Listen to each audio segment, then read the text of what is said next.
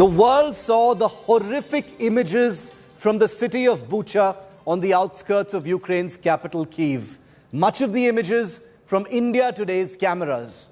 Streets lined with bodies and an entire city brought to its knees with not a soul in sight. Those were images that gave people sleepless nights all over the world. But here's the thing, just a few kilometers from Bucha is a place called Borodyanka. And Ukrainians believe this is where the true horror of this war lies, buried behind piles of untold rubble. As always, we don't do it secondhand. India Today's Gaurav Sawant was in Borodyanka to get you this unadulterated, up-close report.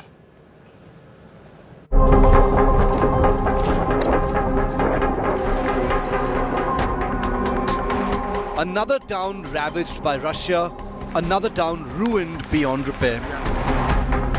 First, it was Bucha on the outskirts of Ukraine's capital, Kyiv, and now another suburb of Borodyanka. The city is close to Kyiv, where a deserted look of death and destruction. The Bucha images shocked us all. The images of bodies lying strewn around and mass graves left the world numb. But it's not the only town to tell such a tale of horror so close to the Ukrainian capital. This is Borodyanka, where authorities fear hundreds of civilians' bodies are lying underneath all this rubble and debris around the city. The work to clear the rubble in Borodyanka has begun. It's significantly more dreadful there. Even more victims from the Russian occupiers. In other towns in the Kyiv region, after the withdrawal of Russian troops. The same cruelty, the same terrible crimes. India Today is the first and so far only Indian channel to have visited this Kyiv suburb. And we found a trail of destruction in every possible street, in every direction. You've heard about what happened at Hostomel or Bucha and Irpin. Berdyansk is again as badly, if not worse, hit in the Russia-Ukraine conflict. This is the first time that Ukraine army soldiers are also coming in here, assessing the damage that was done during the 43 days of conflict so far. The Russian forces, of course, have retreated beyond the Belarus border. But look at the damage that was done. Trucks, fuel trucks, armored personal carriers, tanks and APCs, troop carriers, all lying burnt on the main road of Berdyansk. Ukrainian authorities have reported 26 bodies were found under 2 ruined buildings in the city so far. Kyiv region, we find in Kyiv region, Mykolaiv, Borodyanka, Bucha, Hostomel, Irpin, we found 650 dead bodies. From them, it is 40 dead bodies, only kids. Rescue operations are continuing on a war footing in these parts, with hope fading every minute of civilians being pulled alive from what was once their home. My relatives are still there, as well as other people who were there in the basement. But there were other people on upper floors there, and with children too. And I know for sure that they didn't come out. I know they were there at that time. There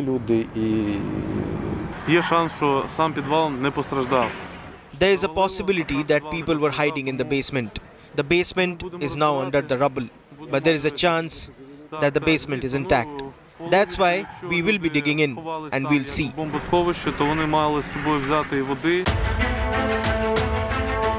The scale of the tragedy in Borodyanka is still unraveling. The horror is still unknown as rescue workers dig through the mounds of debris trying to find survivors at all. This building, according to information given by people here, was destroyed in an airstrike and emergency workers could not get here in time. But some locals say there could be survivors here, and that is why the focus is on this building, one of the many that have been targeted here in Berdyansk. So healthcare workers and emergency workers are all here standing by amidst locals saying that they've heard voices coming from inside this rubble, and that is why their effort is to try and get into this area. They still say it's a race against time to save lives. With cameraman Lalit Mohan Joshi in Borodianka, Ukraine, Gaurav Sawant for India Today. So those are the places that have already been destroyed. But what about the places that are being destroyed actively at this point of time? Remember, the Russians have pulled out from areas near Kyiv, where Gaurav was reporting from in Borodianka.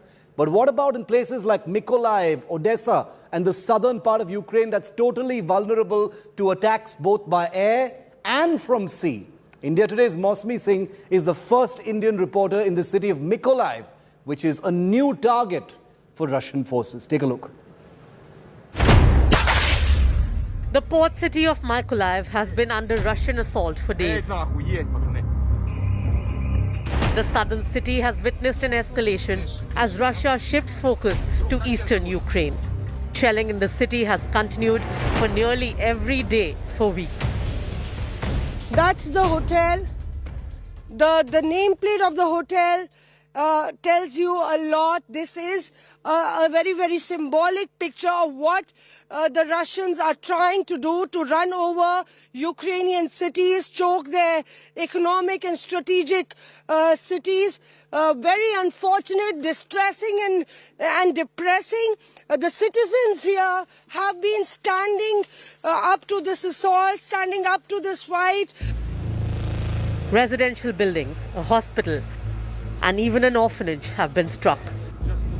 This is a cluster bomb that's fallen in a residential area, and just figure out what a panic it would have caused when it fell. All these residential buildings, smashed glasses, injured people, 9 were killed, not far away from the railway station. Mykolaiv is the main target because of its location along the Black Sea coast between Russian forces in the east and Odessa, the headquarters of the Ukrainian Navy and the country's largest civilian port in the west.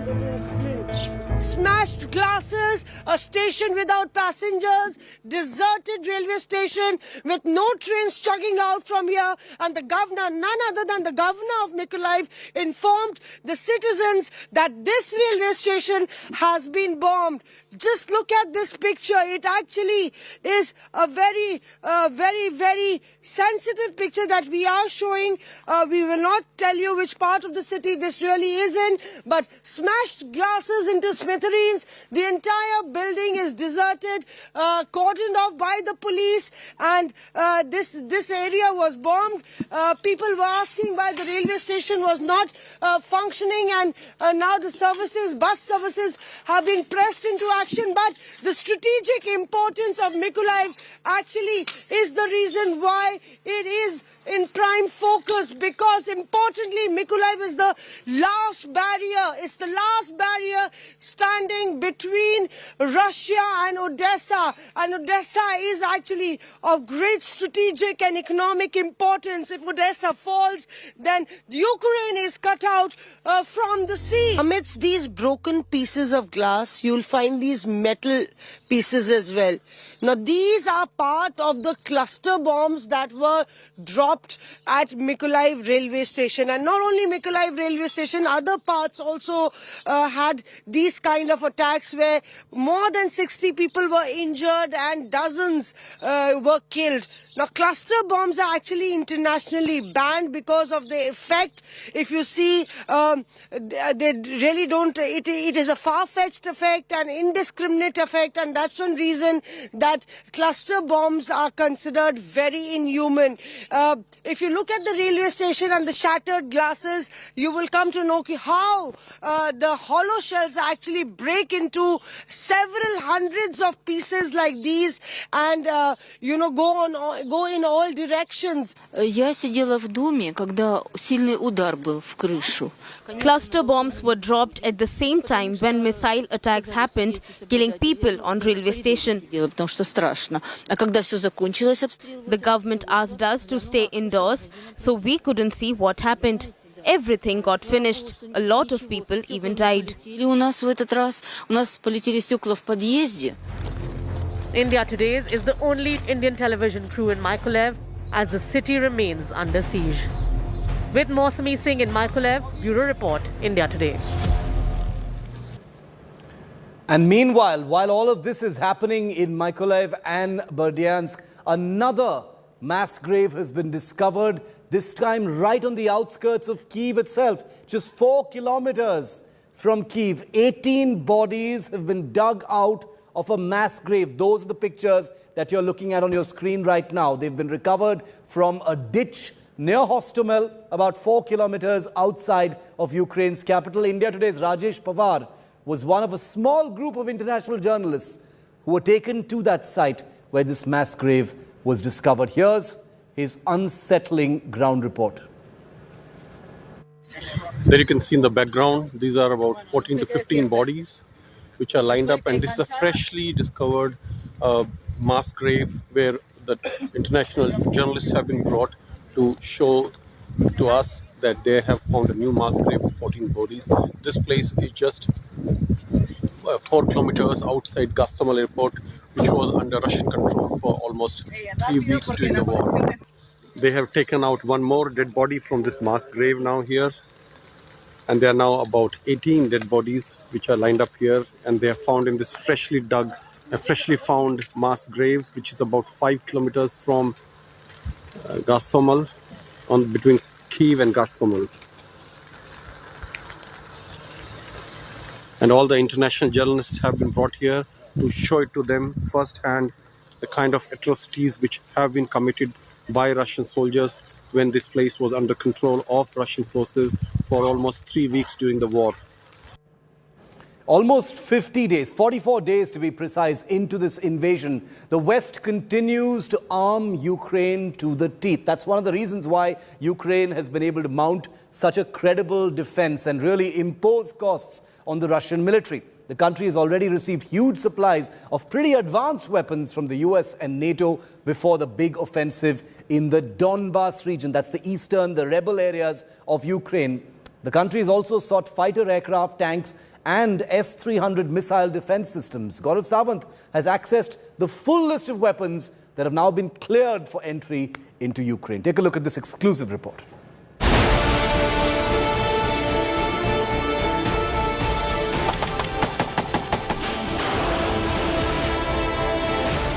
A month and a half into Russia's invasion of Ukraine, and the country at the receiving end has sought and begun to receive huge supplies of new weapons from the US and NATO countries.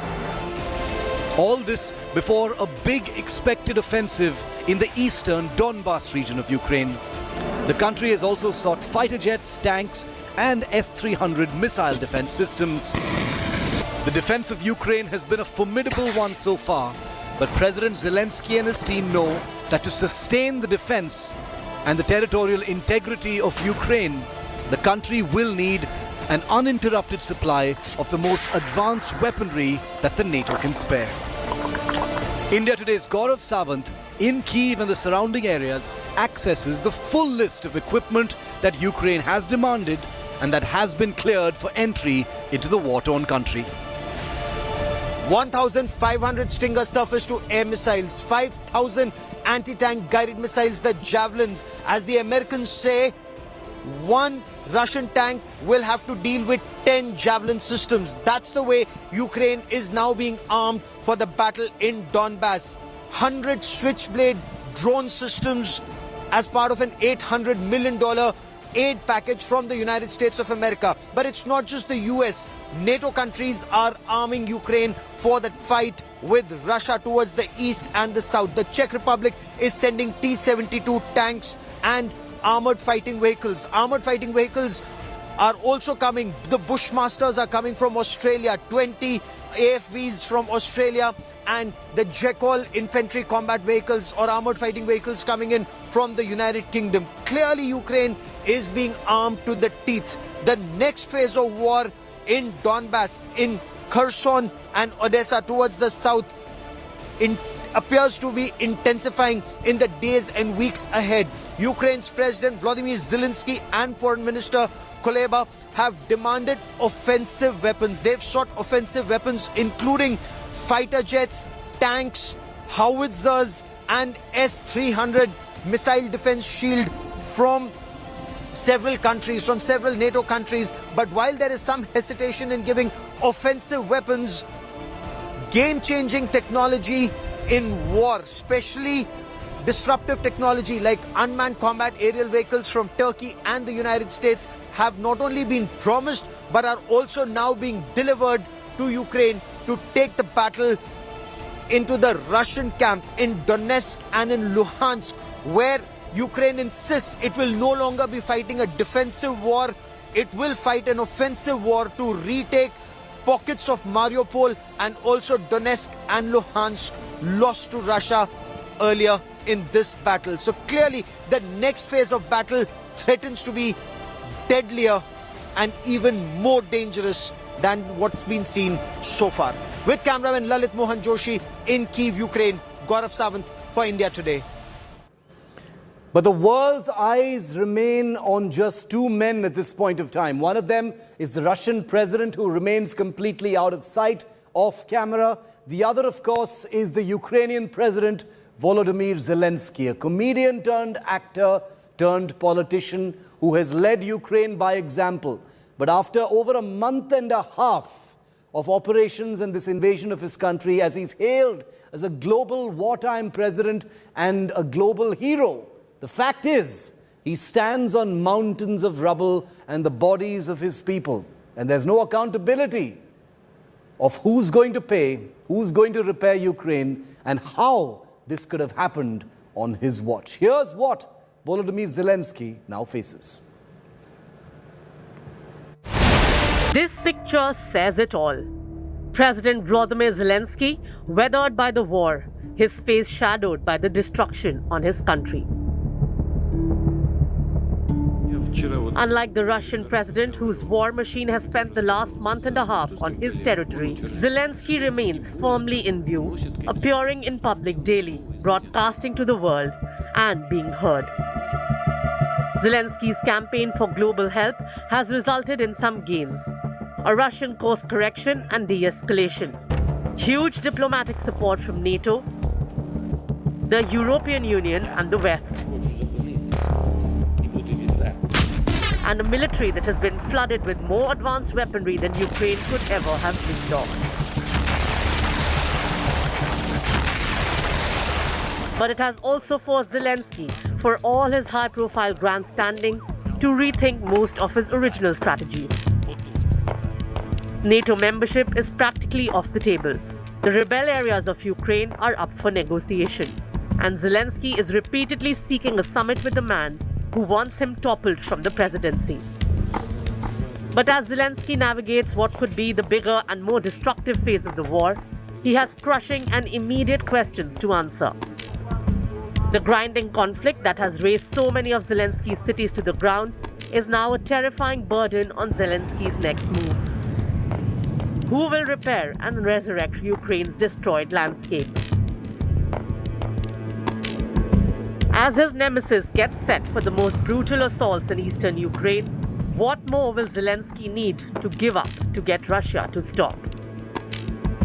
These are the questions that deepen the lines on Zelensky's face. A wartime president faces an existential crisis, both personally and for the integrity of his country. Bureau Report, India Today. A month and a half, can you believe it? That's long. That's how long it's been since the invasion of Ukraine by Russia actually began. Vladimir Putin launched his offensive against Ukraine on the 24th of February with a clear intention of a swift victory. A month and a half later, it seems a distant dream, doesn't it? Defiant Ukraine has forced him to change his strategy significantly in the last 43 days. And we understand that that strategy might have to change a little bit once again. Here's how.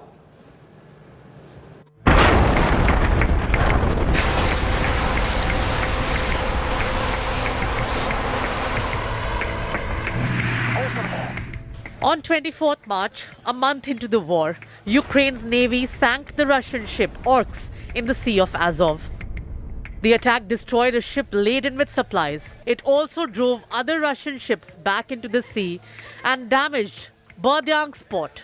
it was a crucial blow to Putin's military plans. The fact that the war has been going on as long as it has without it being a decisive victory yet for Russia gives hope to Ukraine. I think in some respects this action will backfire on Putin because Ukraine might even be closer to the West, which is exactly his opposite outcome that he desired. Putin's special operation in Ukraine was supposed to end in a swift victory. It was never supposed to cross 30 days. But what he didn't take into account was the zeal of Ukrainians to fight for their country. I've taken the decision to conduct a special military operation. Its purpose is to protect people who have been subject to abuse and genocide by the Kyiv regime for 8 years. And to do this, we will strive to demilitarize and denazify Ukraine. Things surely did not go as Putin planned. Russia launched its attack from two sides on 24th February. While one part of its troops moved in from Belarus and attacked Ukraine from north, another approached from the eastern flank along the Donbass separatists. After standing outside Kyiv for days, the Russian military announced a strategic change in plans. This was exactly 5 days after Ukraine's marine attack on the Sea of Azov. But the retreat came at a cost. Bodies littered all over Bucha, the most horrific episode of the war. Ukraine claimed it was a war crime. The world joined in. Russia denied a hand in the killings, saying its troops had left Bucha days before the bodies were found. But the world backed Ukraine.